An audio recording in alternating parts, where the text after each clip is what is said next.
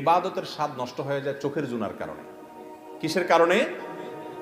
আমি আপনাদেরকে আল্লাহর উপরে ভরসা করে বলছি, যদি কেউ ইবাদতের স্বাদ পান না এই অভিযোগ করেন, আপনি টানা 10 দিন 20 দিন এই চোখ দিয়ে হারাম কোনো পর্নোর দিকে তাকাবেন না, কোনো মিউজিক কোনো গান শুনবেন না, মোবাইলেও না, মোবাইলের বাইরেও না, টেলিভিশনেও না, কোনো দিকেই না।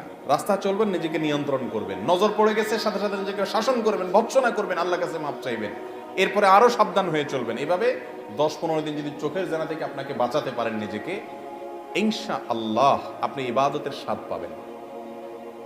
আপনি রুকু করলে, সিজদা করলে আর উঠতে মনে চাবে না। ভাইরে, আজ আমাদের কাছে নামাজটা বোঝা হয়ে গেছে। আমরা নামাজটা পড়ি একটা বোঝা, পড়ে শেষ করতে পারলে বাঁচি।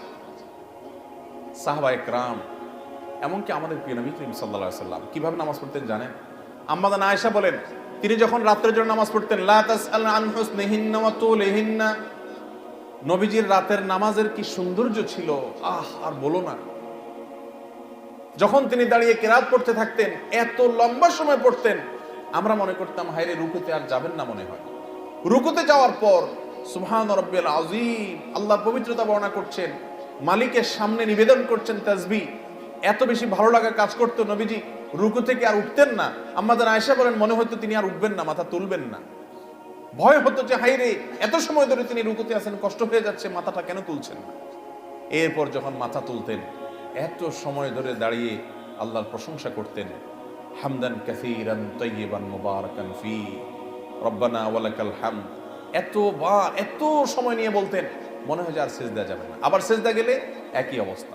সবচেয়ে মজার জায়গায় সিজদা, আমার মালিককে আমি সিজদা করছি, এই সিজদার বিনিময়ে দুনিয়া এবং দুনিয়ার মধ্যে যা কিছু আছে সবকিছুর চাইতে উত্তম হবে, মালিকের সবচেয়ে নৈকট্য অর্জন হবে। আকরাবু মা ইয়াকুনুল আবদু মির রাব্বিহি ওয়া হুয়া সাজিদ, বান্দা আল্লাহর সবচেয়ে কাছে যেতে পারে যখন সে সিজদায় চলে যায়। প্রধানমন্ত্রীর খুব কাছে যেতে পারলে, প্রেসিডেন্টের খুব কাছে যেতে পারলে আমাদের গর্ব হয়। দুনিয়ার প্রধানমন্ত্রী, দুনিয়ার প্রেসিডেন্ট, দুনিয়ার রাজা, দুনিয়ার সমস্ত মানুষের মালিক যিনি, বাদশাহ যিনি, রব যিনি, সবাই যার গোলাম সৃষ্টি, সেই মালিকের সবচেয়ে কাছে যেতে পারে মানুষ যখন সিজদায় চলে যায়। আপনি যদি মনে করেন আমি সিজদায় আছি, আমার রবের সবচেয়ে কাছে আছি, একবারে সামনাসামনি রবকে পেয়ে আমি নিবেদন করছি সুবহান রাব্বিয়াল আলা, ও আমার মহান প্রভু মালিক, আপনি পবিত্র, আপনার পবিত্রতা আমি বর্ণনা করছি, ভালো লাগা কাজ করবে।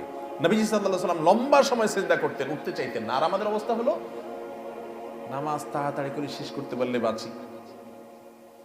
নামাজের পরে যদি বৃষ্টি হয় তো মসজিদের দুয়ারে এসে সবাই এমন ভাবে একত্র হয়, মনে হয় জেলখানায় আছে, বাইরে হাঁটার জন্য সবাই পাগল হয়ে গেছে। ঠিক না? ঠিক ভাইরা আমার, এই ইবাদতের স্বাদ নষ্ট হয় যে কাজগুলোর মাধ্যমে, তার মধ্যে অন্যতম একটা কাজ হলো চোখের গুনাহ, যেটা আজ ব্যাপক হয়ে গেছে। এই জন্য ইবাদতের স্বাদ নাই। আল্লাহ আমাদেরকে চোখের জেনা থেকে বেঁচে থাকার তৌফিক দান করুন। আর এমনি গণহারে গুনাহের কারণেও ইবাদতের স্বাদ কমে যায়। ইবাদতের স্বাদ কমার তৃতীয় কারণ হলো হারাম খানা। আজকাল খাবারের মধ্যে এত ভেজাল, আল্লাহ মাফ করুক, ইমাম সাহেব বেচারা যে বেতনটা পায়, ওয়াজ করে হুজুর যে হাদিয়া পায়, ওই হাদিয়াও দেখা গেল যে যেসব মানুষ দিছে টিছে, সুদখোর, ঘুষখোর, টিনচোর, গমচোর, ডাকাত, রাহাজানি করেন না, আইল ঠেলা মানুষ, 2 নম্বরে ইনকাম করা মানুষ, চাঁদাবাজ, মাস্তান, এক একজনের ইনকামে এক এক ভেজাল। আবার কেউ আছে এগুলো কিছু করেন, আপনারা খুব হাসতেছেন মনে মনে, হুজুর সব বাস দিয়ে ফেলতেছে। আপনি নিজেও যে বাস খাওয়ার লোক, আপনি বোনের হক দেন নাই, ফুফুর হক দেন নাই বাপের সম্পত্তিতে, তাহলে আপনিও হারামখোর, আমিও হারামখোর হয়ে যাব যদি এই কাজ করি। ঠিক না? আমি ঠিক? এই হারাম খাওয়ার কারণে ইবাদতের স্বাদ পাওয়া যায় না। 3টা জিনিস বললাম, চোখের জেনা থেকে বাঁচা, সকল গুনাহ থেকে বাঁচার চেষ্টাটা করতে থাকা, আর বিশেষভাবে আমি যা খাবো উপার্জন করব এটা যেন হারাম না হয়, এই দিকটা চেষ্টা করা। এই 3টা কাজ করেন, আল্লাহর কসম ইবাদতের স্বাদ এমন পাবেন, আপনাকে ইবাদত থেকে গুলি করে কেউ সরাতে পারবে না।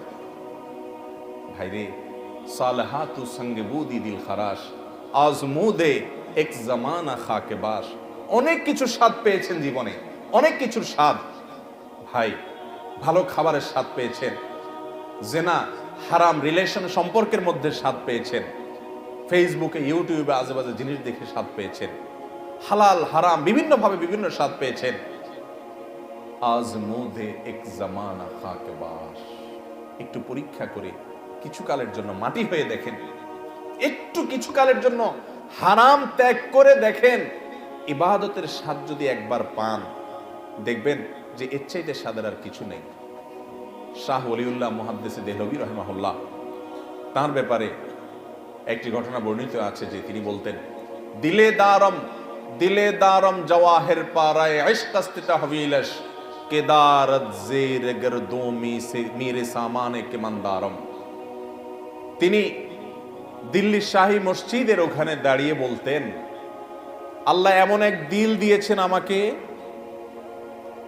এই অন্তরের চতুর্পাশ দিয়ে বড় বড় রাজা বাদশাদের রাজত্ব, এগুলো ঘুরঘুর করে ঘুরতে থাকে কিন্তু ভেতরে ঢোকার চান্স পায় না। এর মানে বুঝছেন? মনে করেন একজন আপনার বাড়ির পাশে 2 নম্বর টাকা দিয়ে আঙ্গুল ফুলে কলা গাছ হয়ে গেছে, আছে না না এরকম? আপনার বাপেও খোঁচায়, মায়েও খোঁচায়, আপনার নিজের কাছেও খারাপ লাগে যে আমি কি করলাম। হ্যাঁ, আরেকজন হারাম রিলেশন করে 2টা-4টা সম্পর্ক করে ফেলছে, আপনার কোনো হারাম রিলেশন না, আপনি মনে করতেছেন হারে আমি দুনিয়ার এই ভোগ উপভোগ থেকে নিজেকে দূরে সরিয়ে রাখলাম। তো তিনি বলেছেন আমার অন্তরে এগুলার লোভ, মোহ, পদ, টাকা পয়সা, অমুকে রাজনীতি করতে করতে বিশাল নেতা হয়ে গেছে, এখন তার দেখে কে আর পয়সা ক্ষমতা, কিন্তু আমি তো সেই জায়গায় পড়ে ঢুকলাম। মনের মধ্যে এগুলো ঢুকতে চেষ্টা করে, এগুলার বড়ত্ব মনের ভিতরে ঢুকলে তখন আস্তে আস্তে সেগুলো করতে মনে চায়। তো তিনি বলেছেন এগুলো সব আমার মনের চতুর্পাশ দিয়ে ঢুকে কিন্তু ঢুকতে পারে না, কারণ কেদারত জের গরদুমি রেসামানে কামান ধারম। ও দুনিয়ার রাজা বাদশারা, ও মোগল সম্রাটেরা, আমি যে অন্তর রাখি, এই অন্তরে আল্লাহর ইবাদত করে যেই পরিমাণ নিজেকে ধনী মনে হয়, তোমাদের কাছে যত কিছু আছে এগুলো সব আমার কাছে তুচ্ছ মনে হয়, এগুলোর কোনো মূল্য আমার কাছে নাই, তোমরা এগুলোকে অনেক বড় কিছু মনে করতে পারো। মুসলমানের নজর হবে সেরকম, এগুলো কল্পকাহিনী মনে হবে। এক সময় আল্লাহর নেককার বান্দারা পৃথিবীতে যারা ছিলেন তাদের কাছে এগুলোই মনে হতো। সাহাবা একরাম, বড় বড় সম্রাটদের মাথার উপরের মুকুট স্বর্ণ দিয়ে তৈরি, মসজিদে নববীর সামনে এনে রাখা হয়েছে।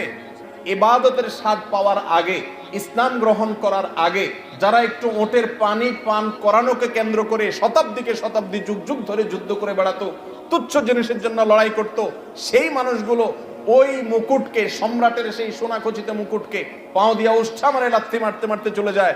এগুলো তাদের অন্তরে প্রবেশ করতে পারে না, এগুলো তাদেরকে কোনো অবস্থাতে দুর্বল করতে পারে না। ও ভাই, ইবাদতের স্বাদ যদি একবার পেয়ে যান, আল্লাহর কসম পৃথিবীর সব কিছু আপনার কাছে তুচ্ছ হবে, সততা নীতি আদর্শ আপনার কাছে বড় হবে। আল্লাহ আমাদেরকে ইবাদতের স্বাদ পাওয়ার তৌফিক দান করুন। তাহলে 3 কাজ করতে হবে, চোখের জেনা থেকে বাঁচতে হবে, সকল গুনাহ থেকে বাঁচার বিশেষ চেষ্টা থাকতে হবে, আর হারাম খানা থেকে বাঁচার চেষ্টা করতে হবে। আল্লাহ আমাদের তৌফিক দান করুন।